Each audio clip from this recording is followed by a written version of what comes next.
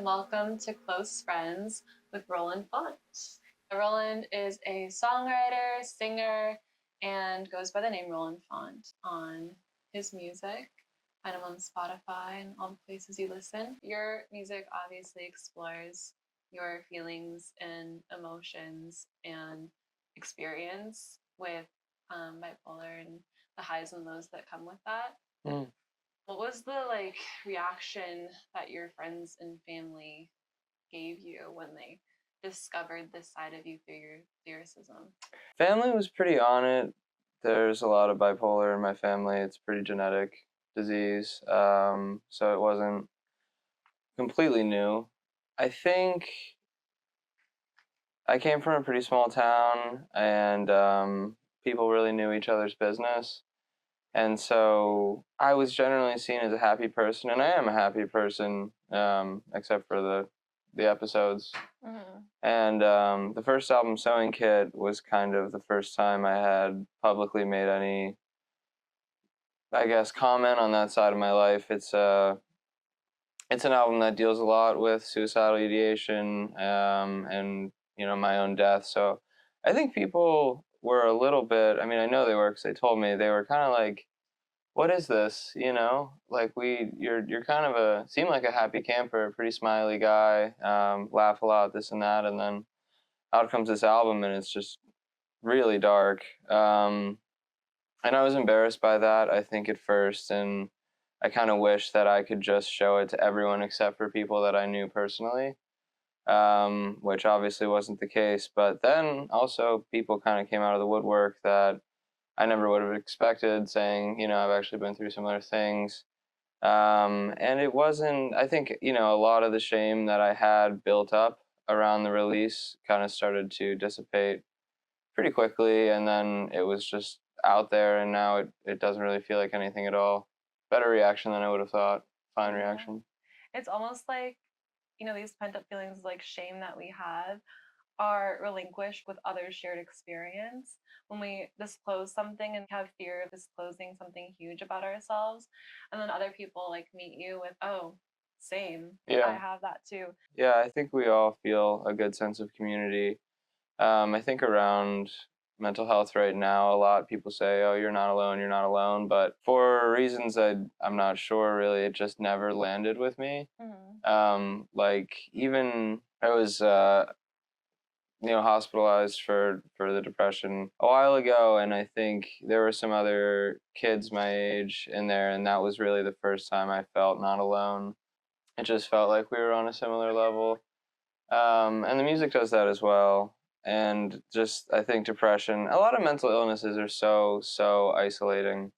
It's kind of a weird, it's a really cruel disease because it tortures you and it makes you feel like you're either unlovable or worthless or whatever, that your life doesn't matter, you're a parasitic burden on the people around you.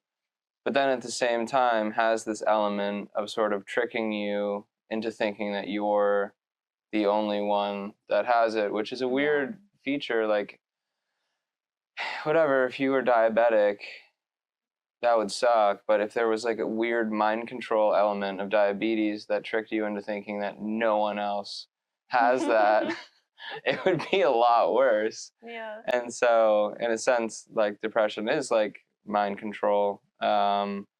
And so that isolation is just, it's really unbelievable and very unforgiving. And it's so special that art, for some reason, has a specific quality of being able to puncture through that, I don't know what you want to call it. I mean, a lie, basically, that you're the only one going through this and whatever. And I think in talking to the fans and listeners, that's a very common piece of feedback, that they get bombarded with this message like you're not alone, and it just never cuts through. Yeah. But something about a song can do that, and that was the same for me as well. With the music I was listening to, it was cutting through, and really, I think was just a blessing because it did actually, negate that isolation a little bit. That phrase doesn't land because it doesn't have any empathy to what you're feeling. Your music really encapsulates and dives deep into the exact feelings of what it's like to feel alone. I really, really believe there's a way out for everyone, and so many people that I've talked to and helped, I mean, when the process starts, they're just like, there's no way out for me. I'm different. I'm not like you, and I'm not like these other people. I can't make it. And they get obsessed with the sort of unique elements of their situation where they're like, just picking apart. And, the disease is obviously encouraging them to do this, but they're, if I tell my story, this is where I was and this is where I am, they're like, well, doesn't apply to me because XYZ little detail. I'm like, yeah, I know. It's not exactly the same, but like, anyway, I don't know. I don't even know where I was going with that. It's a tricky thing, and like everyone's experience is so different, and it's,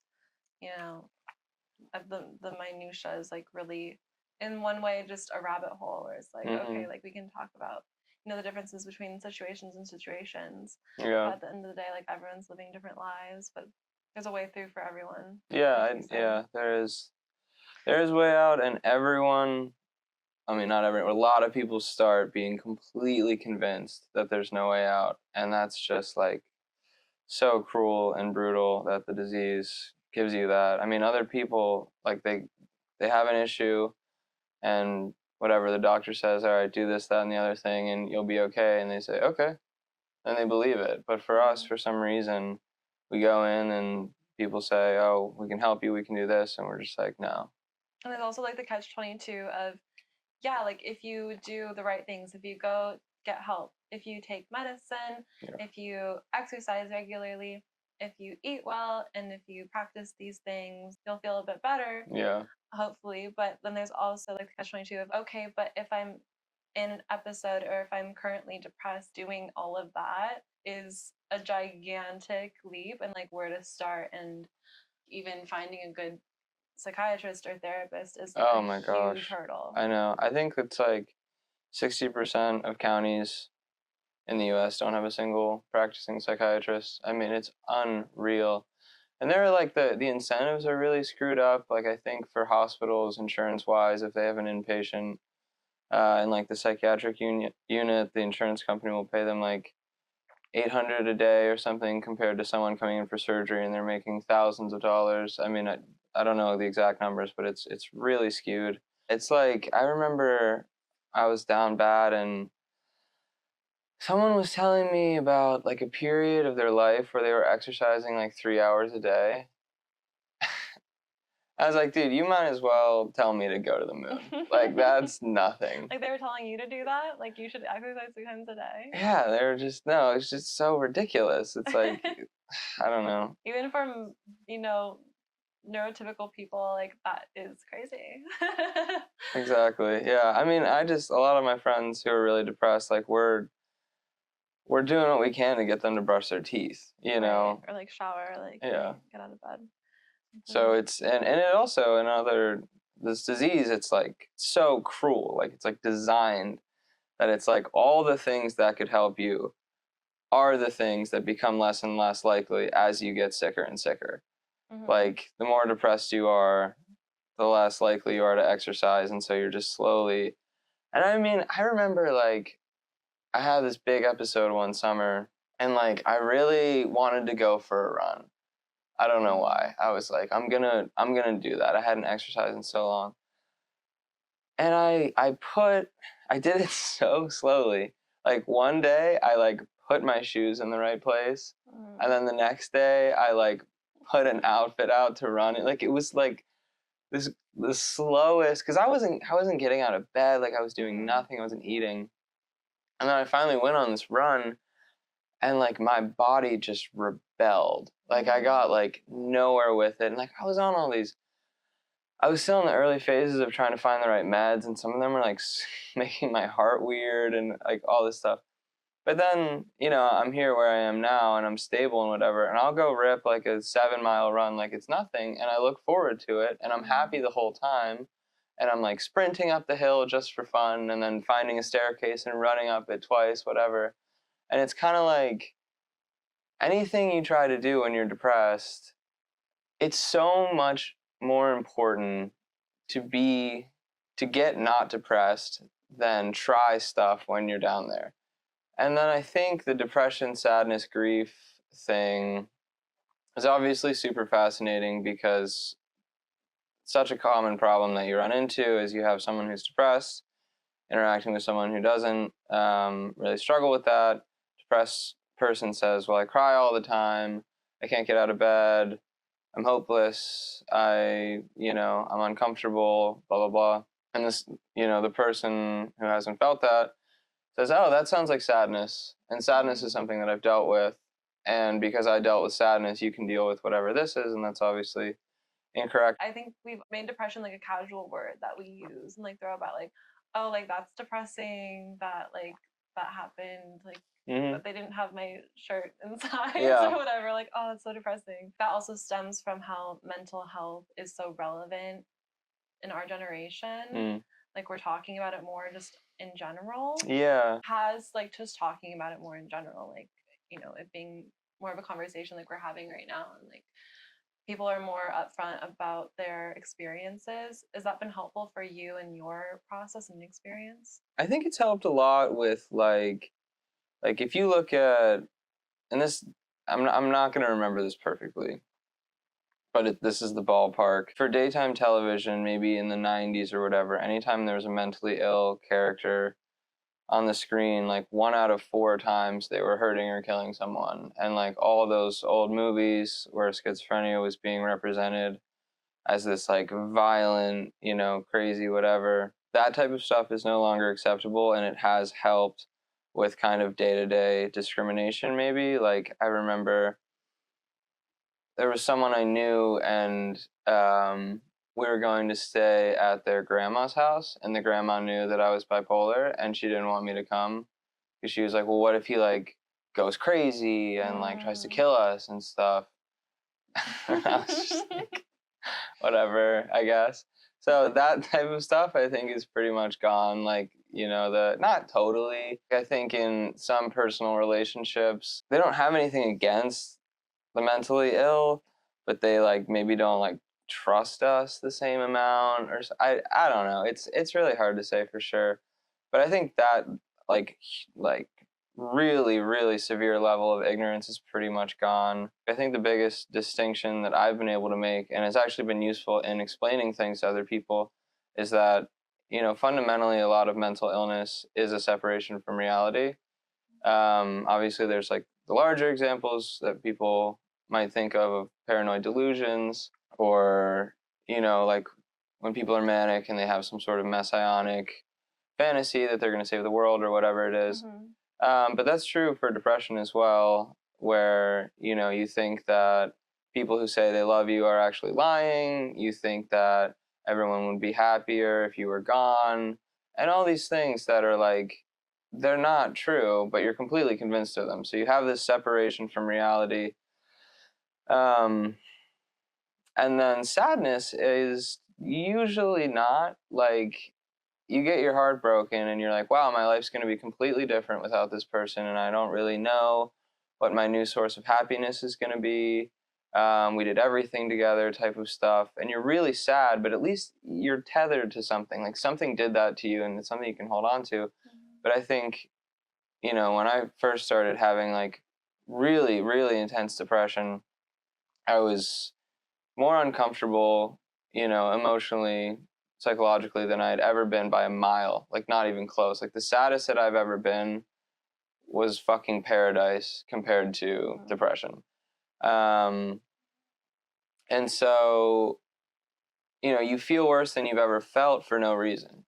You wake up in the morning, the first thing you think is, I wish I would have died in my sleep. But nothing happened really. Like I was living the same life.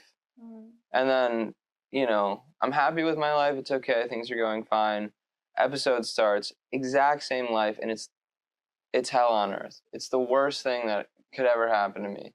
And I think that separation from reality is fundamental to separating sadness from depression, at least in my experience. But it also is, you said like the word depressing, depression, whatever is thrown around a lot. And I do think it's like, the less common something is, the less language we have for it. So I do think that certain levels of depression, and in my case, like mania, are totally inaccessible to someone who doesn't have one of these disorders.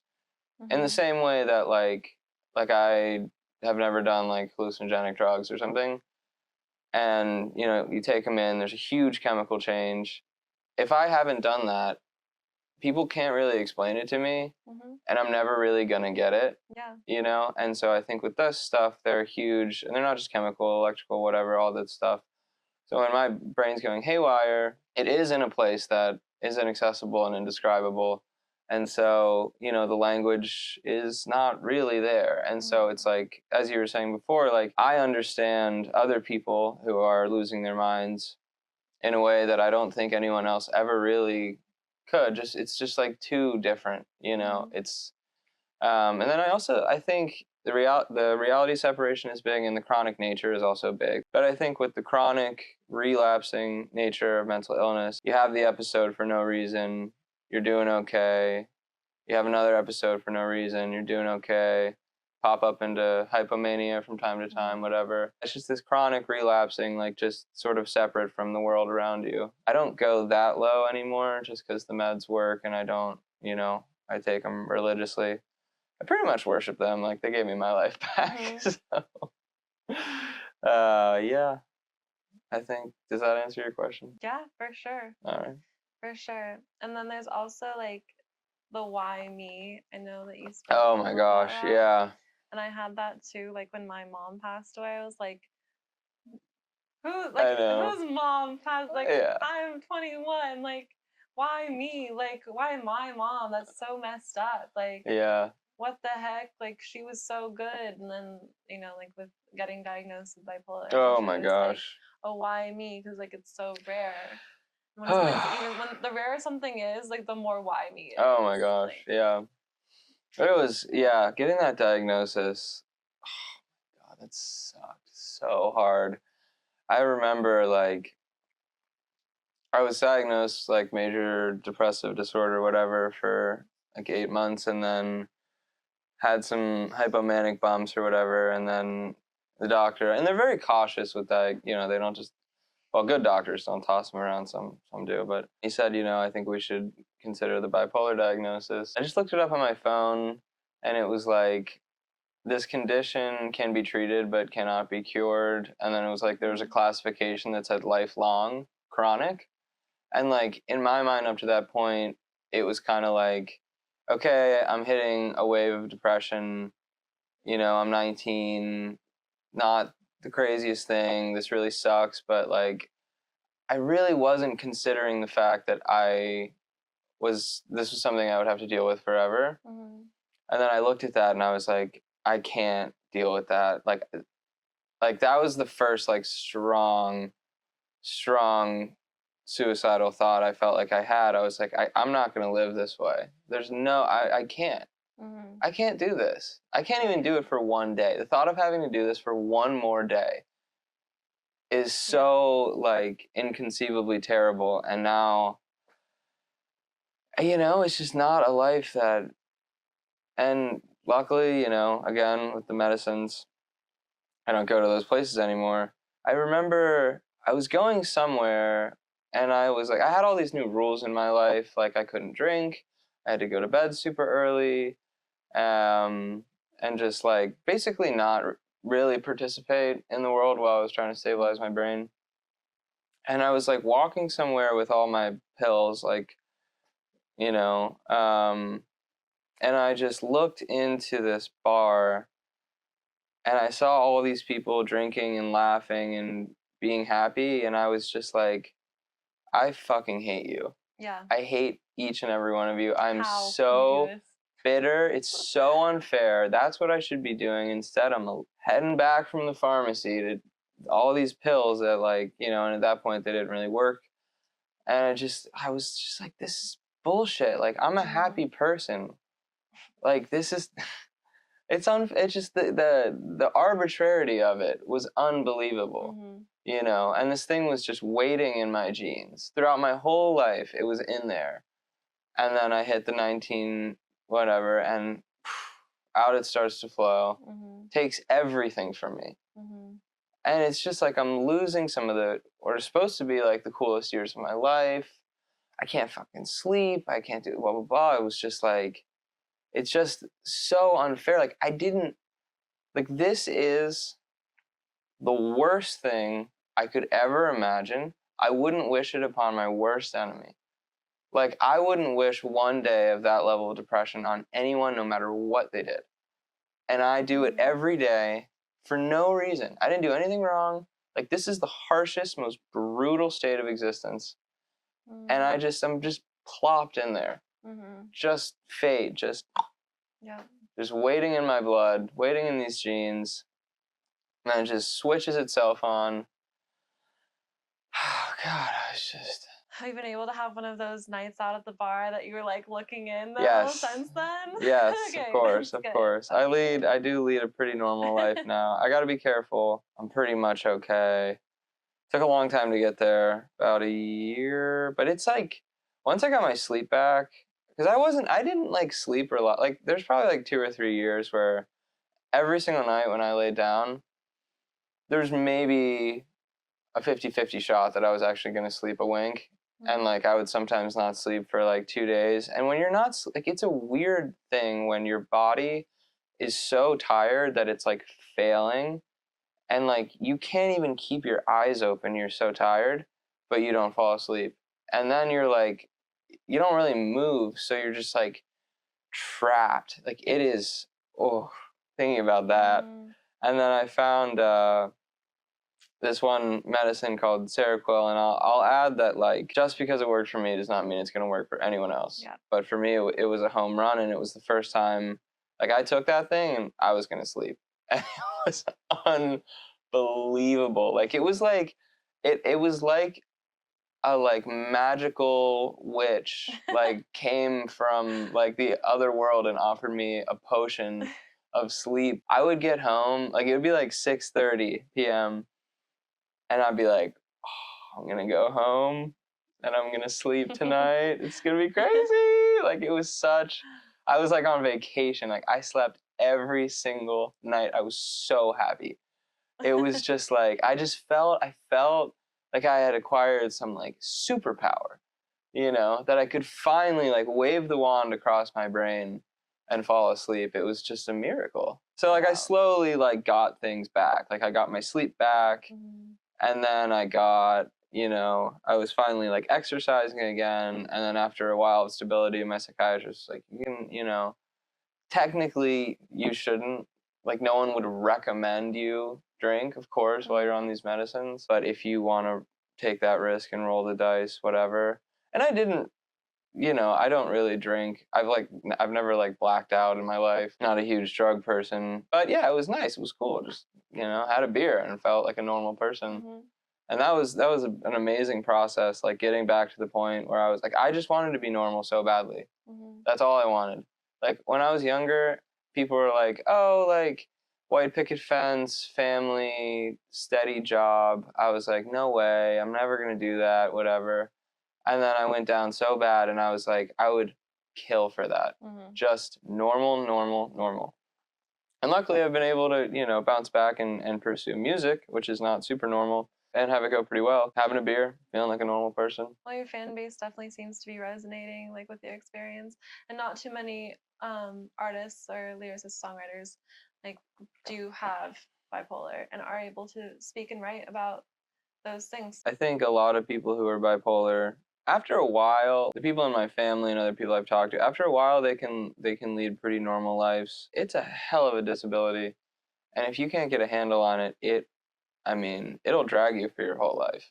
I also know people that they just either rejected the medicines or they've been on and off with them or whatever, but it like the problem with it is, and I remember when I was talking to my psychiatrist about this and I was like, I might just bail, you know, and not like go through all these medicines and all this stuff, like, you know, I'll just run away. And he was like, obviously you can do that, but like we're catching it semi-early, but if you come back in here when you're 30 and you've destroyed all your relationships and the disease has progressed more and more, whatever, it just gets, yeah, it just gets more difficult because it trashes your life.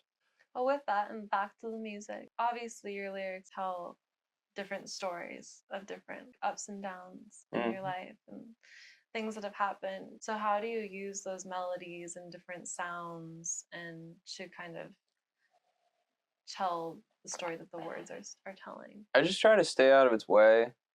Like, I think my process is that I don't really have one. I usually, stuff just comes up whenever it wants to. I just put myself in front of an instrument, just guitar or piano really, as often as possible, and just, if anything pops out, there it is, and if not, no problem. And I also really try, like, I think, like, consciousness and awareness is the opposite of artistic impulse, and the more you, like, think about stuff and try to, like, I don't even know anything about music theory really, other than like if I need to transpose something to a different key because it's not in my vocal range, whatever, but the sort of math and numbers of it, I have no idea, and that was, like, very intentional. Like, if someone tries to explain to me like a music theory thing, I'm like, I don't care and I don't want to know. I would rather just pretend it's all magic and not understand it. So, you know, and sometimes I go through phases of writing stuff that has nothing to do with mental illness, and it's just kind of silly. Like, I went through, like, an Americana phase, and I was writing songs about, like, trucks and stuff. Like, I don't even think I've ever driven a truck. Did you release any of it? It wasn't very good. We need an Americana But I album. think, because I was, like, I went through a Western phase with movies, and so that's what was kind of bouncing around in my psyche. And then I started writing, and I was just like, you know, back of the truck, this and that. I was like, I don't even know, like, what trucks do. Was it like country, I don't haul like stuff. sounds, or just Yeah, like a lot of those like lyrics on top of your chords that were Okay. yeah. Basically, like, especially with the fans and listeners, I think, and then not all of them have mental illnesses, obviously, but I mean, I'm a fan. I have social anxiety. We'll take but it. not really anymore. There is hope. Nice job. Yeah. Like, we were talking about how people are like, oh, you're not alone, whatever. And it kind of bounces off. But it's like I have this song, Doing Well, and it's, like, super repetitive. It's like 18 minutes. And I think it's probably the best lyrics I'll ever write. And if I wrote them in a poem, like, they would be good. What are some of, like, what's the best or, like, your favorite lines? I would, you know, I don't know if it's proper to pull out my phone during this, but I think I should just read them. I turned it off, so let me let it load. But if I take those exact words, and for some reason, it's a super simple melody. There's only 4 chords. Musically speaking, nothing's really happening in that song, but it makes it so much more impactful, and I think it's just layers of language. So it's like the melody, if I was humming it, it would still communicate something. And so you take those words and you sort of repackage them, and they have this extra push through, and the melodies and all of that stuff. I don't really understand where they come from or anything like that, but it's just adding an extra medium. It's like, say you had someone who was doing a dance, and it was very emotive and whatever, but then you added on a bunch of cool lights. You're taking the dance and you're adding another artistic layer, and that extra layer is another opportunity for communication. You're now communicating both the dance and the lights. And then you add the music, and you add another layer. And then so the communication becomes more and more complicated as you add these layers. And it's like, I've always said that art is just a language of emotions that we use when normal language fails, basically. So the words, you are not alone, like, whatever, they are what they are. And I'm not saying people who say that are, like, wrong. Like, I get it. I just was saying that it doesn't land for me. But I have this other lyric that's like, somehow reading Yeah, Me Too will calm me down, and even shining notes have shown me, no, it's not just me, it's not just them. There's all these people with the same thing. I don't remember exactly what it was. And that's the same message, you're not alone. But for some reason, it just like felt so much more sincere when I sang it. And I think there's a communication of sincerity and being like, no, this is like every layer you add is even more honesty, and it really starts to feel like, oh, like, yeah, he really means this, you know? Ugh, there's so many. Okay, so Can't decide what's the best one. yeah. They're all so good. Is this a release song? Yeah, this one is out. What's this one called? Doing Well. Doing Well. So, is it too much to ask of no one that I keep doing well, that the serums are more than a way to conceal that it wasn't a bandage, I've really been healed, so the serums are the meds there. But there's no way to know until one day I'll just not be doing well. And then when that ends at a couple of months and the thoughts that I'm writing return all at once, that's like the down period, give me a couple months of being normal, and back down I go. Deep down at the base of my brain, I know when I've been doing well, a timer is ticking. I can't hear the chimes. I wish I could break it and find out who winds it and say, what the hell, do you think it's a game to be doing well? What a sick sense of humor that maker must have, to wait till I feel like I have it controlled and then crush me like leaves in the fall in the hands of a walking child, picked at and pulled without thoughts in a moment, the boredom of stars, or it's something much colder. I like that imagery of like a kid like walking down and like picking a leaf off of a branch and like crumbling it, because it's very thoughtless and sort of innocent. And I feel like the arbitrarity of like the universe is like picking me up and destroying me, but it's not an entity. It's just like this casual series of accidents. If nothing's in charge, then who should I ask to keep doing well? The experts I speak to tell stories quite clear. Though you're safe for a while, you'll never quite heal. You will walk with this now till the day when your body says friends farewell, meaning it's a lifelong thing. The fight will be over as soon as you are. We noticed you've already added some scars. You will never be quite as you were. You will never have nothing wrong. That's the chronic disease. There will never be nothing wrong with you. Your old life is dead, but let's keep you alive as you're coming to terms with the rest of your life. That's accepting the diagnosis. And I know it seems crazy, but one day you will be at peace with this. And until then, we need you to try to stay focused. We'll do what we can, but for now, when you're hopeless, just try not to do anything that you know you cannot take back, meaning don't kill yourself.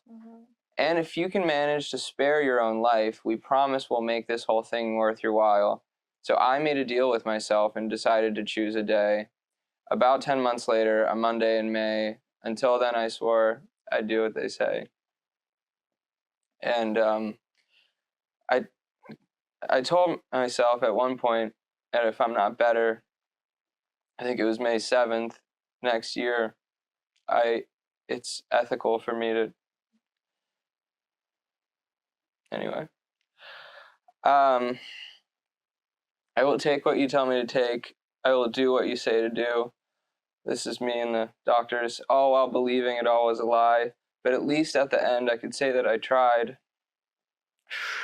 Come on, buddy. Then a light began flickering somewhere inside, a collapsing star. That's me, the collapsing star. A child that's mine that I never conceived, but we grew up together, and now I believe. It was hope in the form of an angel who thought it was not my time.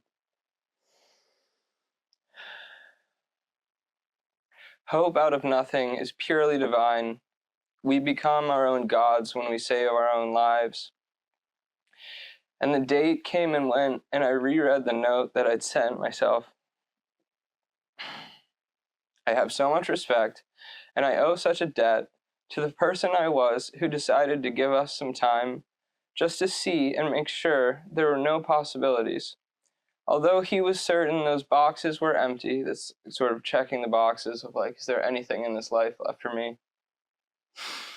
He chose to make sure. And it turns out there's plenty of ways for a person like him and like me to be doing well. I owe him my life because he had every right to spare him that pain, but he spared our whole life. So this is me talking to who I was, who decided to not leave. Okay, sorry, this is so fucking many of these. But I want to get to the bottom.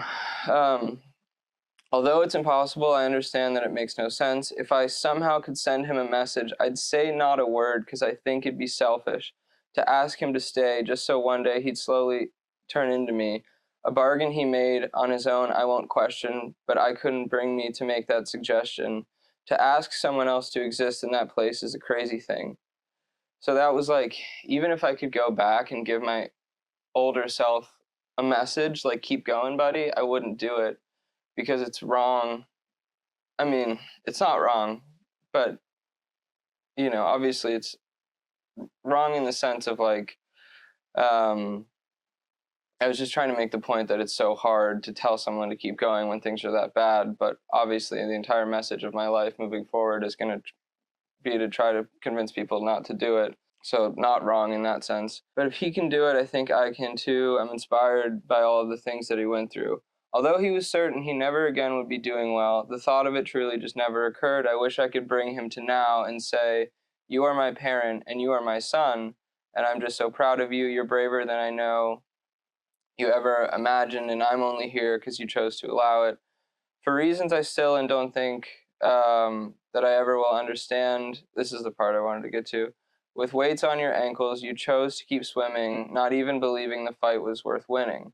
You chose to continue to let yourself drown in a burning lake. You had the option, but you didn't take it, to say your goodbyes and be brought to the sky. But you chose to continue to burn and be burned every single day, with no way to know that it'd ever be worth it, with no guarantee that you'd ever stop hurting. With voices that yelled, there's no use, you will never be free from this. You'll burn till the day when you finally give in, so why are you waiting for even 1 second? That was the thing I was talking about, like how it makes so much sense. It's like, you hate your life, you're always going to hate your life. Like, what are you doing? And the seconds you gave turned to months, turned to years, turned to who I am. And I promise that none of this will be in vain. I will give all I have and I'll do something great. That's kind of, I guess, trying to make the music and make something beautiful out of all this shit. Because I know just exactly how much you decided to sacrifice. I've been back to that lake and I still can't believe that you stayed even though you thought you'd never leave. Thought if others could feel what you felt, they would tell you it's fine to leave. This was something I was really obsessed with. I thought that if I took everyone in my life and I gave them like a day of depression, they would all be like, oh, you can take your own life. We had no idea. Like, I was just so, and like, I wouldn't want them to ever stay there for, I was like, if I could just give you like 10 minutes even of this agony and then tell you that I have to live the rest of my life like this, you guys would tell me I can bail. Like, I know it. You would not ask me to keep doing this. I thought if others could feel what you felt, they would tell you it's fine to leave. It's only because they don't know what it's like. When they ask you to stay, they can say it so lightly. We're almost done. Sorry, there's just so many. Take your time. But I think it's an okay thing to do, to just go through these, because I say it here better than I could talking. I'd pause as I'd say that to me, even knowing the things I know. So it means so much more that you did it in blindness. I'll cherish this life that you birthed out of kindness. I can't understand it, but just sort of wish I could shake your hand. I wish you could know what a hero you are. I will write down your story and spread it across all the world so that people who stand in that lake might feel some relief that you never got, but that now can be given. I'll find the right words and be sure they're delivered in only the finest of ways. I'll make songs that you'll never hear. For whatever it's worth, I'll just say one more thank you. You showed me that life, even mine, is worth saving. So that was just like talking to, you know, that original kid that I was, who was just getting fucking massacred by this stuff. And he, like, never thought he would be happy again. And he hated his life. And he just fucking kept doing it. I don't even know why. What a legend. And you did it. And that was you. Now you're here. Yeah. Speaking on it and writing beautiful lyrics about your experience. Like, that could definitely be a poem. One long ass amazing poem. Big fucking poem.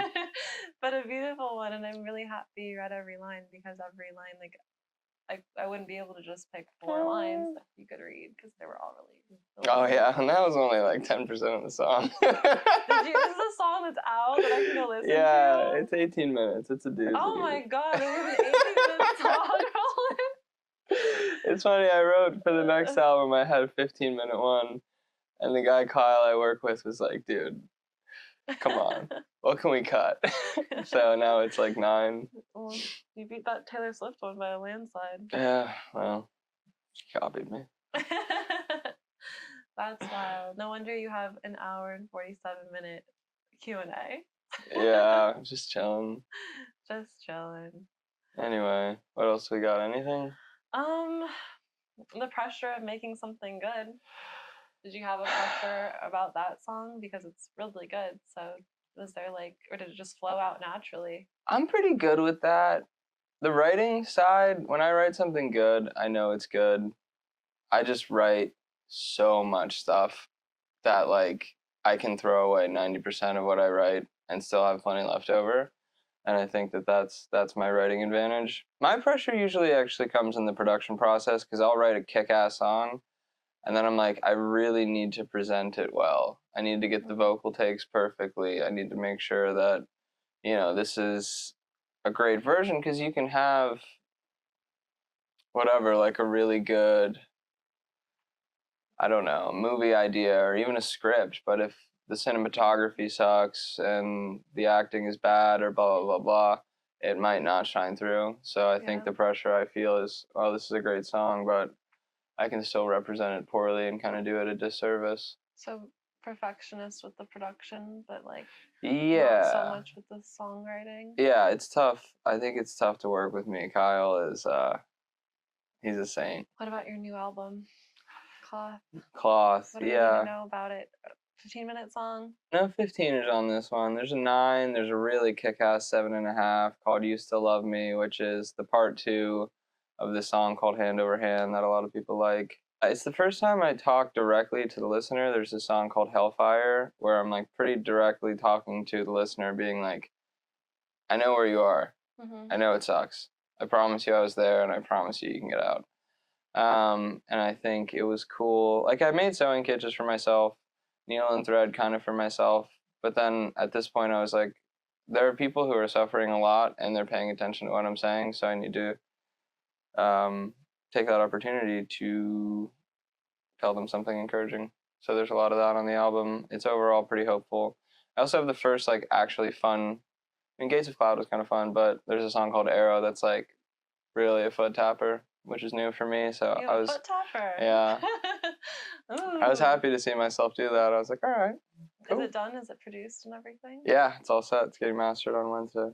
Amazing. Yeah. When does it come out? I think we're gonna do the first single before Christmas if we can get it out. Maybe do one more before Christmas, and then the album, unfortunately, probably not until next year. But I really want to make the rollout as good as it can be because I've been making this bad boy for like 2.5 years.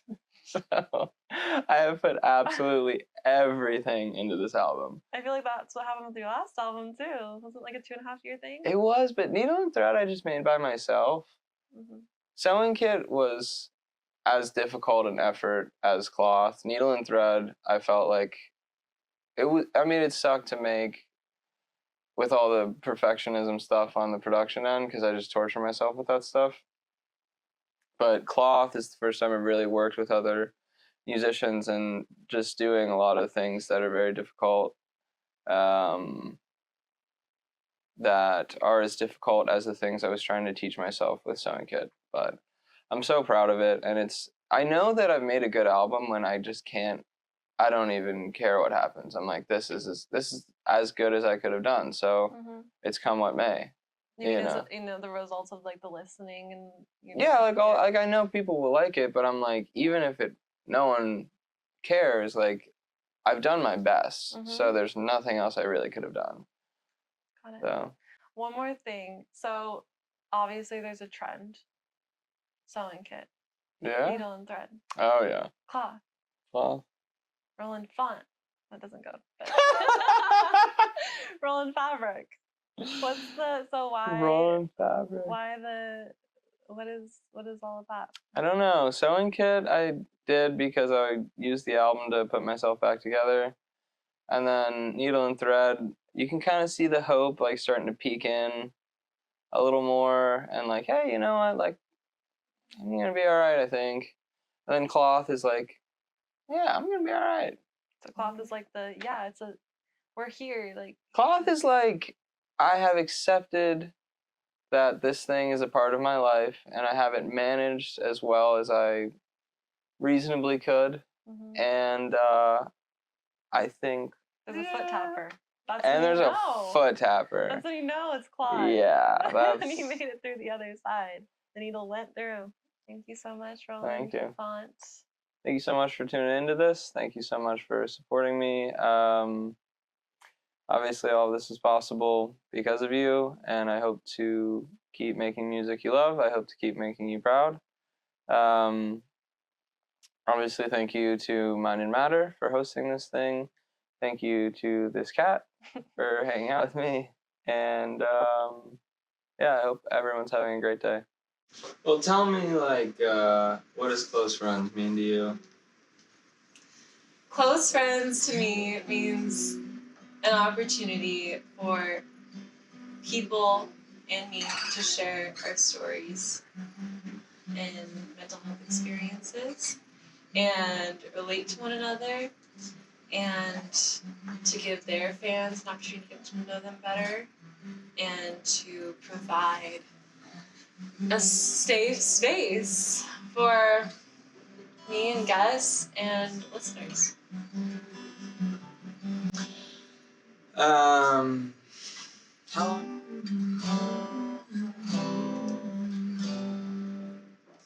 I think that's like a jingly.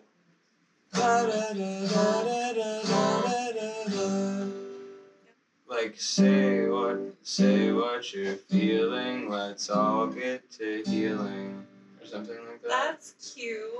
I don't know. It's kind of, is that tacky? I don't. I'm trying to use like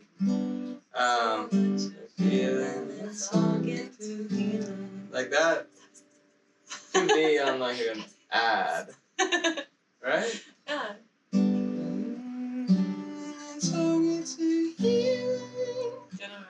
You could do some arms on that.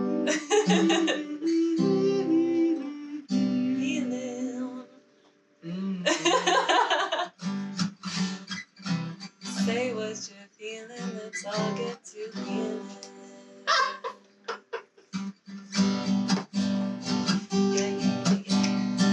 Close friends, sitting and talking. Close friends. What's on your mind? Close friends. What's the matter? Close friends, it'll all be fine.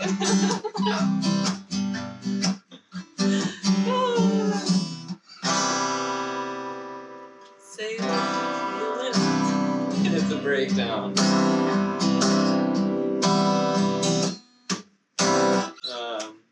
I think that counts as a jingle. Do you want a different one? That counts. I can make a different one. Okay. Round 2, jingle. Where should we start this time? It's gonna be a little more jazzy, maybe. Ooh, bossa nova. I actually love bossa nova music. Close friends, come sit on my couch.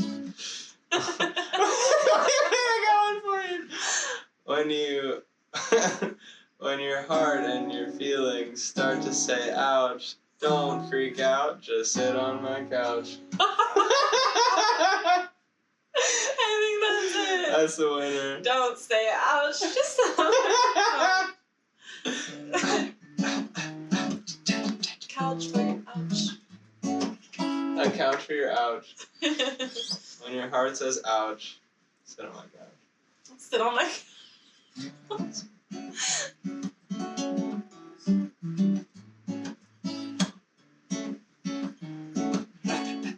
Can you sing one fully, like a full thing?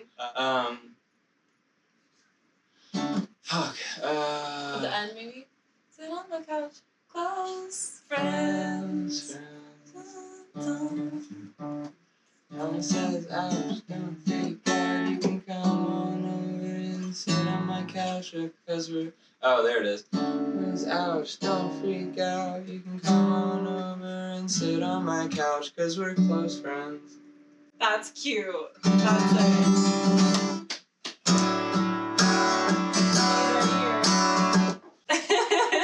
Thanks, Roland. Nice. Ouch, don't freak out. You can come on over and sit on my couch because we're close friends.